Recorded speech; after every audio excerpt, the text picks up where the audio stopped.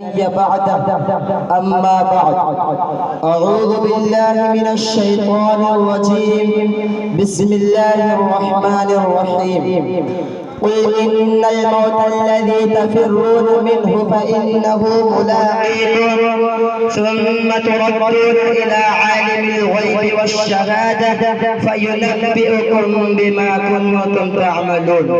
وقال النبي صلى الله عليه وسلم كن في الدنيا كأنك غريب أو عابر سبيل. پیام مرگ سے اے دل کیوں تیرا دم نکلتا ہے، مسافر روز جاتے ہیں یہ راستہ یوں ہی چلتا ہے. مومن کبھی ہوتا نہیں موت سے خائف، ایمان کا جوہر ہے بس اللہ سے ڈرنا. عمل سے زندگی پر غافلوں کا فخر کرنا ہے، یہ جینا بھی کوئی جینا ہے کہ جس کے ساتھ مرنا ہے. جگہ جی لگانے کی دنیا نہیں ہے، یہ عبرت کی جائے تماشا نہیں ہے. ایک دن مرنا ہے آخر موت ہے، کر لے جو کرنا ہے آخر موت ہے. برادران اسلام، محترم حاضرین، موت ہر جاندار کے لیے کتنا بھیانک اور کیسا خطرناک لفظ ہے. موت سے ہر شخص بھاگتا ہے، بچہ ہو یا جوان، بوڑھا ہو یا بوڑھی، مرد ہو یا عورت، جھوپڑیوں میں رہنے والا ہو یا کوٹھیوں میں، دیہاتوں کا رہنے والا ہو یا شہروں کا، مسافر ہو یا مقیم، موت کے اس طرف گھوٹ کو کوئی پینا گوارا نہیں کرتا.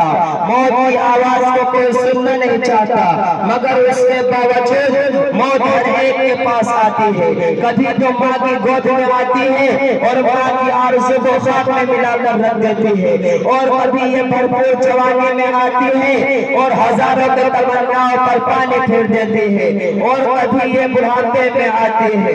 غرض موت ہر ایک کو آتی ہے، فرق اتنا کہ آج ان کی کل ہماری باری ہے. اسی کو اللہ رب العزت نے قرآن پاک میں اس طرح بیان فرمایا، إِنَّ الْمَوْتَ الَّذِي تَفِرُّونَ مِنْهُ فَإِنَّهُ مُلَاقِيكُمْ. اے نبی فرما دیجئے جس موت سے تم فرار کرتے ہو وہ تمہیں کہیں ضرور ملے گی، اور تمہیں اس مالک کی طرف لوٹنا ہے جو تمہارے ظاہر و باطن اور اندر و باہر کا علم رکھنے والا ہے. اور وہ قیامت میں دن جس میں اولین آخر جمع ہوں گے، نفسی نفسی کا عالم ہوگا اور تمہارے اعمال سے تنبہ کرے گا. اگر تم نے خدا اور اس کے رسول کی اطاعت و فرما برداری میں زندگی گزاری تو نام اعمال تمہارے دائیں ہاتھ میں دیا جائے گا اور فرشتوں سے کہا جائے گا اسے جنت میں داخل کر دو، اور یہ پیغام سنا دو کہ اب کبھی بھی تمہیں موت نہیں آئے گی. اور اگر تم نے خدا اور اس کے رسول کے قانون کو توڑ کر اور مخلوق خدا کو تکلیف دینے میں زندگی گزاری، اور تم نے حلال کو حلال اور حرام کو حرام نہیں سمجھا تھا، رشوت اور سود تم نے اپنی جیب کو بھرا تھا، یتیم اور بیواؤں کی دولت پر ڈاکہ زنی کی تھی، تو کل قیامت میں دن ناکامی کا جھنڈا پیچھے کی طرف سے بائیں ہاتھ میں پکڑایا جائے گا اور فرشتوں سے کہا جائے گا اس کمبخت کو لے جاؤ اور جہنم میں اوندھے کو ڈال دو.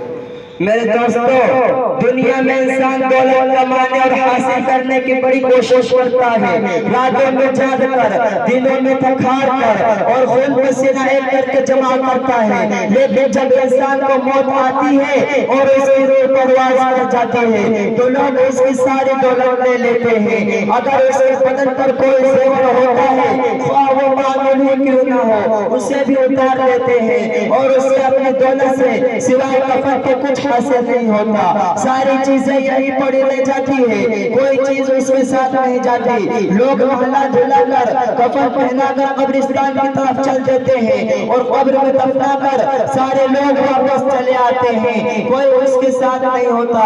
آج دنیا کی کوئی چیز اس کے ساتھ نہیں ہے، صرف ایک چیز اس کے ساتھ ہوتی ہے وہ اس کے اعمال ہے. خواہ اچھے ہو یا برے یہی اس کے ساتھ رہ جاتے ہیں۔ اسی کو ہمارے آقا جناب تاجدار مدینہ احمد مجتبی محمد مصطفیٰ صلی اللہ علیہ وسلم نے اس طرح بیان فرمایا ہے يتبع الميت ثلاثة فيرجع اثنان ويبقى معه واحد فيتبع أهله وماله وعمله فيرجع أهله وماله ويبقى عمله۔ میت کے پیچھے تین چیزیں جاتی ہیں، ان میں سے دو لوگ آتی ہے، ایک رہ جاتی ہے، اس کے پیچھے اس کی اولاد، اس کا مال اور اس کا عمل جاتا ہے، اس کی اولاد اور اس کا مال واپس آ جاتے ہیں، صرف اس کے ساتھ اس کے اعمال ہوتے ہیں، خواہ اچھے ہو یا برے۔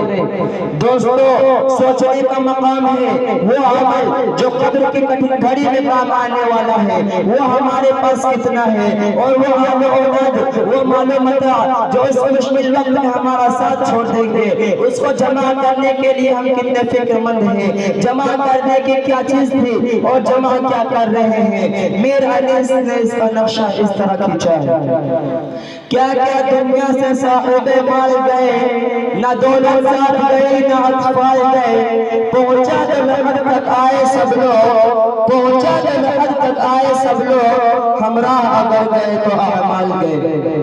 عزیز دوستو سکندر بادشاہ کا نام ہے، آپ لوگوں نے سنا ہوگا، بہادری اور شجاعت میں مشہور تھا، نوجوانی کے وقت یونان سے چلا اور فتح کرتا ہوا ہندوستان آ پہنچا، سرزمین پنجاب کو فتح کر لیا اور آگے نہ بڑھا، یہیں سے جب اپنے وطن کی طرف ہونے لگا تو اس کی طبیعت خراب ہو گئی اور ایسا معلوم ہونے لگا کہ جان نہیں بچے گی۔ اس نے اپنے وزیروں کو بلایا اور کہا کہ دیکھو میرا وقت قریب آ گیا ہے اور اب میں آپ لوگوں سے جدا ہو جاؤں گا۔ پھر وزیروں سے کہا کہ جب میں مر جاؤں گا آپ لوگ میرا کفن و دفن کر دیں گے۔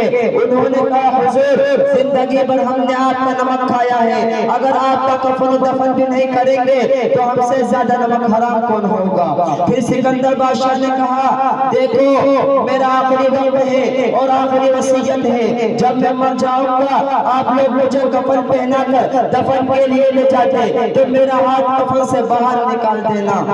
وزیروں نے کہا حضور ایسا نہ فرمائیے کیونکہ اس میں آپ کی بڑی بے عزتی ہوگی، کیونکہ آپ کا جنازہ ایک بادشاہ کا جنازہ ہوگا، ساری دنیا اسے دیکھنے کے لیے آئے گی، جب لوگ دیکھیں گے کہ آپ کا ہاتھ کفن سے باہر نکلا ہوا ہے تو پوری دنیا کہے گی دیکھو سکندر کتنا بڑا لالچی ہے، فتح کرتے کرتے مر گیا مگر اب بھی اس کا لالچ ختم نہ ہوا، وہ کفن سے ہاتھ باہر نکالے ہوئے ہیں تاکہ اور کھا جائے، اس میں آپ کی بڑی بے عزتی ہوگی۔